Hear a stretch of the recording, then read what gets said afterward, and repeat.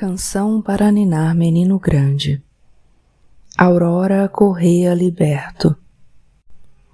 Aurora Corrêa Liberto, essa, já não acreditava no juízo de Fio Jasmim e, por isso mesmo, cultivava uma cálida paixão pelo moço, à distância. Ela gostava das pessoas ditas sem juízo, pois desde criança fora reconhecida como tal. Sem juízo, desmiolada, descabeçada, aluada. Crescera recebendo surra das mulheres e dos homens de sua família. E tudo porque ela não perdia o hábito de tomar banho sem roupas nas águas do rio Naipã. A questão não era a nudez nas águas, mas o descuido dela, afirmavam as mais velhas da família. Era a Aurora atravessar o povoado, caminhar uma longa distância até chegar em Naipã, que uma plateia de homens ia antecipando as sensações de prazer atrás dela.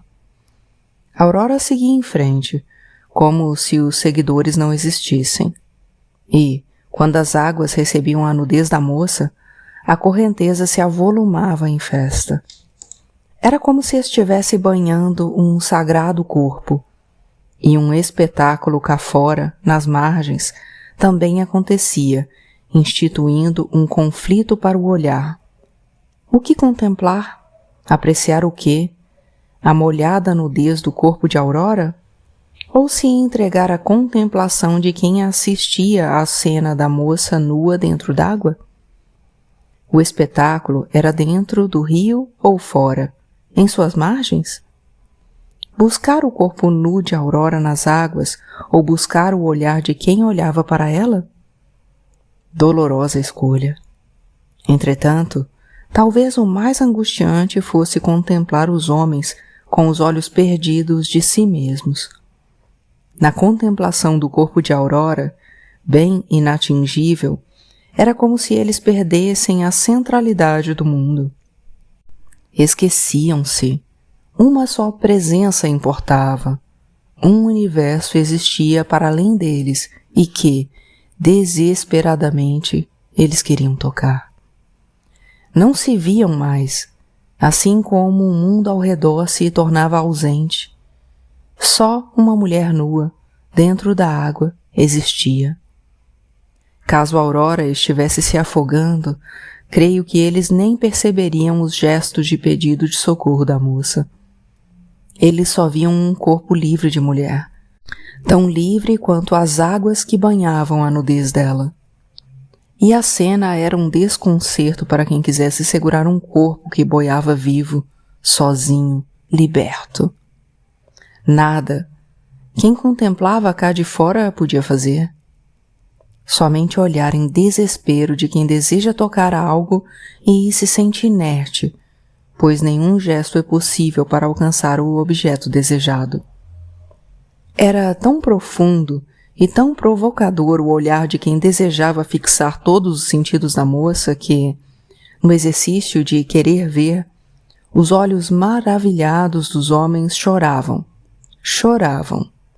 Sim, os olhos deles vertiam águas, e também seus membros eretos, na distração da cena, se tornavam gotejantes.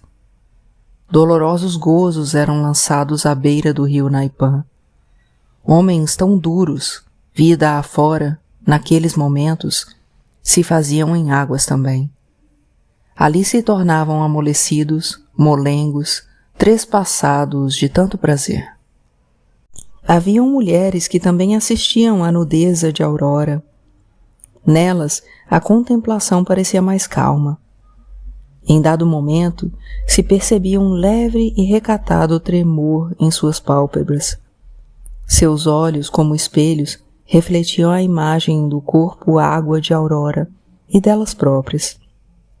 E então, discretas e ternas, como se estivessem alisando as pétalas de uma frágil flor, timidamente e em silêncio, passavam as mãos em suas entrepernas.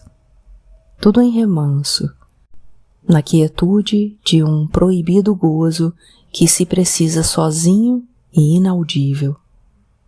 Deste modo, as mulheres se davam em Aurora, inundando em si próprias, pois, como a mulher sobre as águas, elas eram matéria aquosa também. E assim vivia Aurora, desde que nasceu, desmiolada, sem juízo, sem roupas, nua, nas águas do rio Naipã.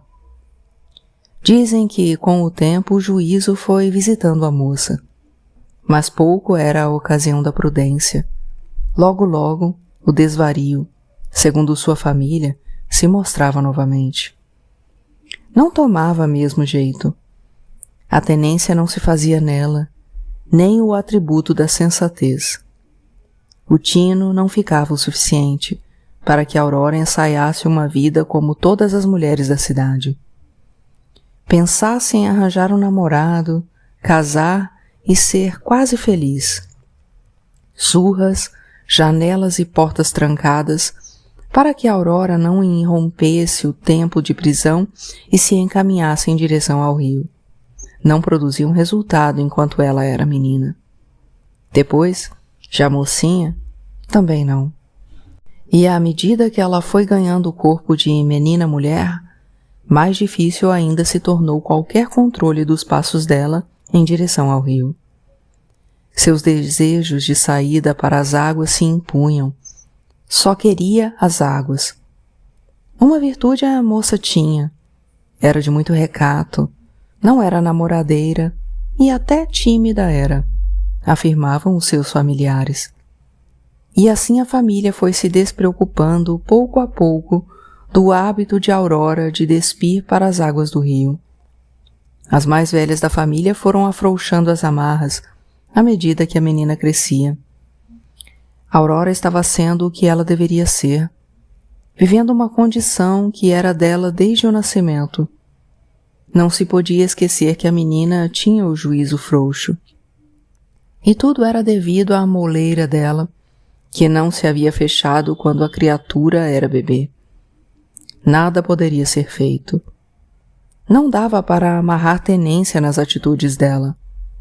Foi então que tia Prudência, uma das tias mais velhas da família, resolveu emitir bem alto a sua opinião, que era sempre bem-vinda e necessária. A menina crescia sem juízo, sim. Era um risco oferecido aos homens, como todo mundo dizia. E os homens? Todos eles tinham moleiras abertas? Nenhum tinha juízo para respeitar uma mulher nua que só queria saber do prazer das águas? Parece que sim. Homem algum tinha temperança. Ninguém, nem as mulheres que eram atacadas, se voltavam contra eles. Por que tinham que atormentar só a menina? Essa mesma tia, a Prudência, ensinou um golpe de defesa a Aurora. Já que ela gostava de tomar banho sem roupas nas águas do rio, que ficasse atenta então. Quando qualquer atrevido chegasse perto, que ela tivesse então gestos de concordância com a pessoa, e que, brincalhona, saísse do rio, de modo que o infeliz fosse atrás. E, buscando distrair o engraçadinho, mirasse a haste que ele trazia entre as pernas. Podia ser até que ela estivesse ereta. Continuasse então nos jogos de sedução. E, de repente, traiçoeiramente, mandasse rápido um pontapé ou uma joelhada no entrepernas do sujeito. Assim Aurora fez, em certa ocasião, quando o ato se fez necessário. Um dia, um sujeito entrou nas águas da moça, querendo pegá-la. Ela nadou mais distante e mais. O homem saiu molhado de desejos atrás dela. E ela se lembrou dos conselhos de Prudência. E assim, ela veio devagar. Veio negaciando, seduzindo, sorrindo maldosa, molhada como se estivesse respingando desejos pelo sujeito. E, em questão de segundo, o sorriso gostoso dela se transmutou em ira. Um chute, no meio do bem baixo da barriga dele, driblou qualquer gesto que o homem pudesse ter. O sujeito acarinhou em desespero a haste machucada e uivou de dor. Dizer que até, a partir de então, a haste do moço nunca mais se endireitou. Murcha e dolorida, passou a verter um líquido sanguinolento e fedido. E o sujeito se tornou um ser desprezível, a ponto de não conseguir nem comprar o prazer. Mulher alguma queria contato com ele. Não se sabe como a história se espalhou pelo povoado, causando envergonhamento ao rapaz. Dizem que foi a tia Prudência que contou sobre a haste estragada do sujeito, que desrespeitou o banho da mocinha, querendo bulir com ela. Aurora podia ser desmiolada, sim, ou até não era. E mesmo se fosse, por que o moço achava que podia se apossar dela, se não tinha sido convidado? Ela não queria. Estava nua nas águas do rio, e para o rio era sua nudez. Que a deixassem em paz. Nunca mais ninguém se atreveu a se aproximar dela sem ser convidado. Olhavam e urdiam os seus prazeres de longe, alguns quase que envergonhados pela fraqueza da carne. Outros, como audaciosos machos, achavam que não precisariam e nem conseguiriam se educar. Eles eram homens. Sendo assim, quando Aurora Corrêa Liberto soube que o trem Vapor Azul chegaria à cidade, pouco se importou. A chegada ou a saída do comboio nada interferia na vida dela. Aurora sempre conseguia ficar alheia ao entorno, inclusive à falação da família. Quando era menina, apanhava do pai, da mãe, do irmão mais velho e das tias. O motivo? Sempre o mesmo. As idas ao rio para banhar-se nua. Doíam as pancadas, mas as águas do Naipã lavavam todas as feridas. Depois, como já foi dito, acabaram deixando Aurora e seu banho por conta dela própria. Portanto, se o trem chegasse ou saísse, ela não se dava por isso. Sua rotina não seria quebrada pela chegada dos maquinistas e seu auxiliar, o moço bonito, no vilarejo. Demorariam por alguns dias, 3 ou 4 talvez, mas, com a vida dela, em nada isto mexeria. Quando o trem Vapor Azul parou preguiçoso sobre os trilhos da pequena estação da Vila Azul, tudo ao redor gozava da calmaria de sempre. Tudo azul, tudo blue. O vilarejo era conhecido como Vila Azul, dada a abundância de apagantos existentes nos jardins da cidade. A flor azul, também conhecida por lírio africano, florescia milagrosamente na pequena vila, desde as cercanias das linhas férreas até o adro da minúscula capela local, assim como em volta das tumbas no cemitério e na estradinha que levava à única escola do povoado. E por essa profusão de azul, a inundar a natural ambiência da vila, segundo as visões dos moradores, o trem, quando apontava lá longe, vinha com um tom azulado, e assim chegava também. Era o vapor azul irrompendo o aniquilado espaço do lugarejo blue. À tarde, quando o trem azul se avizinhava do povoado em que deveria fazer parada, o maquinista-chefe avisou que a estadia ali seria muito curta, 2 dias somente.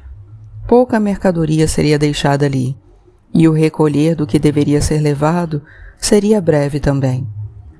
Era uma tarde de terça-feira.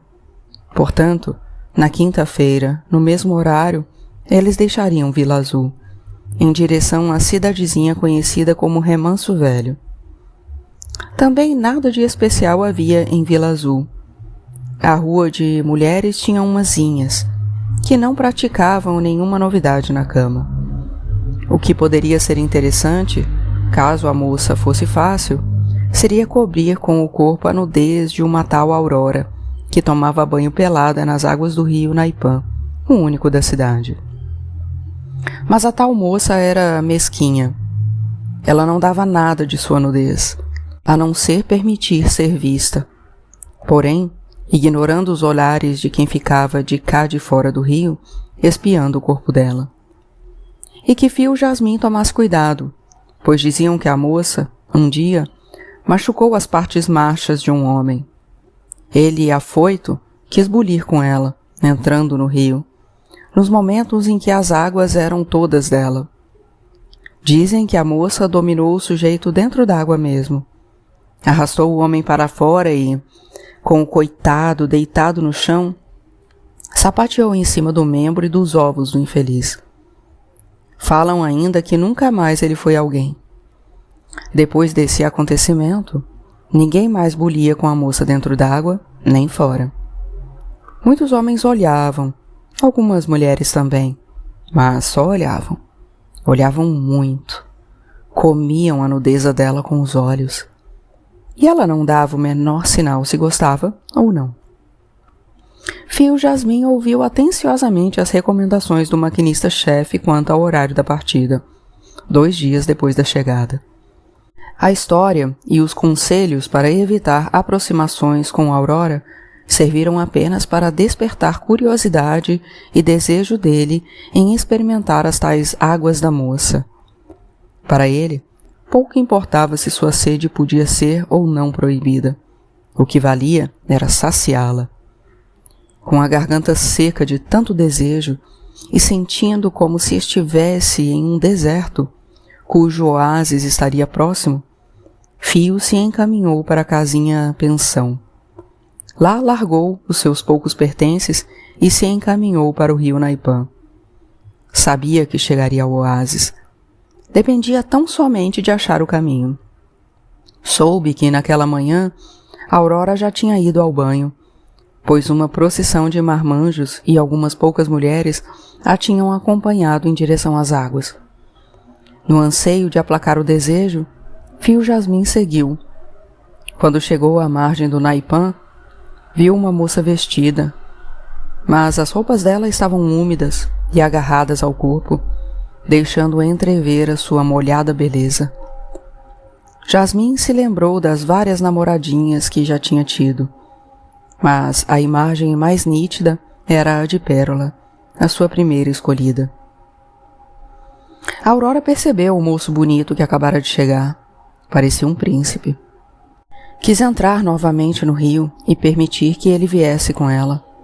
Entretanto, teve preguiça de se desnudar outra vez e tomou o caminho de regresso à casa. O cortejo acompanhou igualmente o retorno dela. Fio Jasmin também. No dia seguinte, antes mesmo do café da manhã, o jovem auxiliar de maquinista, um moço bonito, se adiantou e se encaminhou para o rio Naipã. Saiu antes de Aurora e de seus seguidores. Quando a moça chegou com a sua prometida nudeza, Fio Jasmin já estava sentado em uma das margens, esperando por ela. As outras pessoas, vigilantes, pararam à distância sem que ela tivesse o menor gesto que demonstrasse saber da presença delas. Entretanto, Fio Jasmin foi convidado para o gozo das águas. Só ele. Muitos e imensos banhos aconteceram pela manhã inteira e pela metade da tarde. As águas do rio Naipã aumentaram de volume. Tanto foi em abundância o líquido sêmen escorrido do corpo dele, já que tudo nem cabia no corpo dela, e tudo era maravilhosamente nu. No outro dia, para o qual estava marcada a partida, Fio Jasmin se dirigiu novamente para o Naipã, mas antes contou toda a façanha do dia anterior para os maquinistas mais velhos.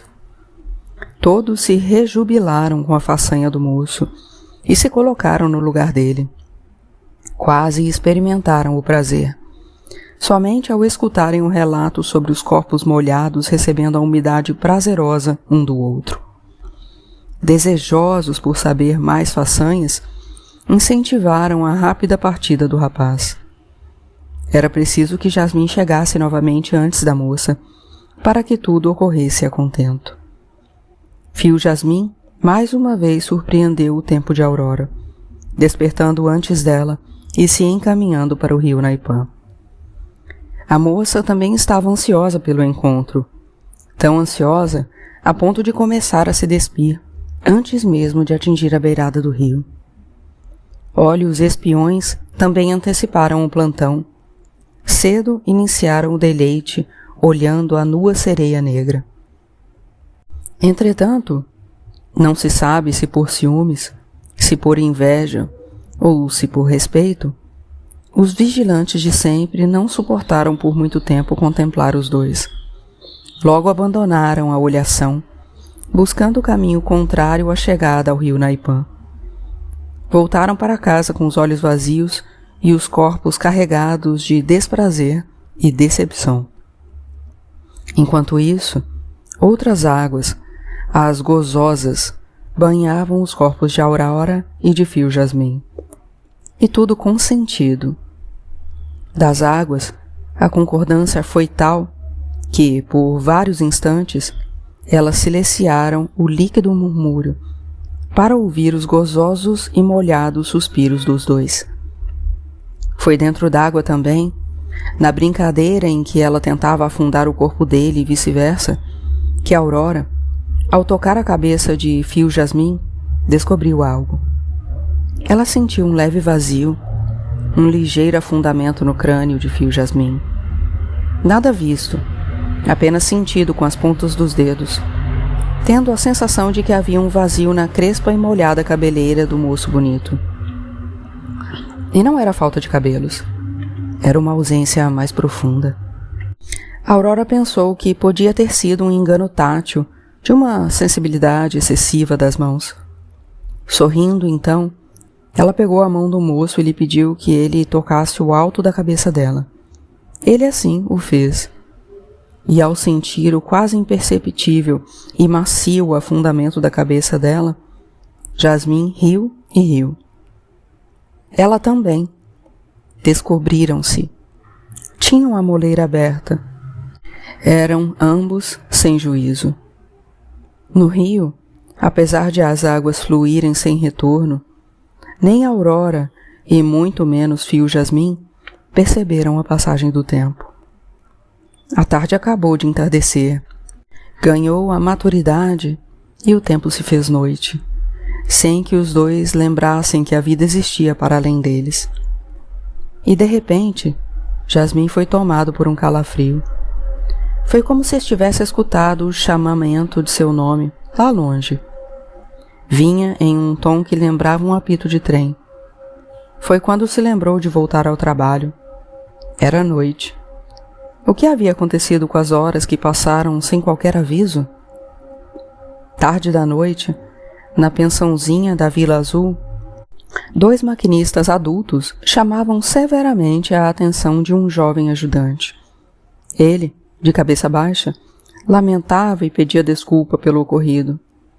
Os antigos funcionários, atordoados, perguntavam ao mais jovem, sem obter resposta alguma, como explicar para a chefia central que o trem sairia de Vila Azul com 1 dia de atraso? Tal falta podia gerar uma dispensa para todos eles. Fio Jasmim havia se portado como um sujeito sem responsabilidade alguma. Por causa de uma mulher, punha o trabalho da equipe em perigo. Como explicar para a superintendência dos trens? Como explicar o atraso para o povo de Remanso Velho? Há muito que o trem havia deixado de transportar pessoas. Aquela viagem reiniciaria parte de uma antiga tarefa da CFN. Levaria passageiros de Vila Azul para Remanso Velho. De tarde, algumas pessoas aguardavam na estação. Os maquinistas não conseguiram criar justificativa alguma sobre a não saída do trem. Estavam em apuros. Jamais imaginaram que Fio Jasmim fosse um cabeça mole, um sem juízo. E pela primeira vez, em quase 100 anos de operação, a CFN, Companhia Ferroviária Nacional, responsável pela ligação férrea de várias localidades do país, tinha falhado por erro humano. Máquinas estragam, trilhos partem, ribanceiras despencam, águas invadem estações. Homens não podem falhar, não podem perder a hora e, se adoecerem, devem avisar antes para serem substituídos ou então trabalhar doentes, para morrerem segundos depois, ao deixarem o posto de trabalho. Como Fio Jasmim cometera tamanha irresponsabilidade? Aquilo não era papel de um homem, não era. E essa foi a única vez em toda a carreira profissional de Fio Jasmim em que ele perdeu a hora de trabalho. Ele sabia o tamanho de seu erro. Seu pai, seus tios, seus primos mais velhos, todos os homens de sua família eram homens de trabalho, homens de ferro. De barro não, pois barro quebra. Aurora Corrêa Liberto, desde que se banhara com Fio Jasmim nas águas do Naipã, percebera que a correnteza não lhe trazia mais um apaziguamento completo. Uma quase dor, de uma quase saudade, passou a existir nela. Quando esse sentimento do quase bulia nos dias de Aurora, e algum visitante novo, ávido por banho, chegava à cidade, ela permitia que ele alvorecesse nas manhãs dela. Esses encontros esporádicos a quebrantavam um pouco o desejo, a quase saudade que ela parecia sentir de Fio Jasmim. Às vezes era ele mesmo que chegava, 1 ou 2 por ano, renovando lembranças lá de dentro das águas.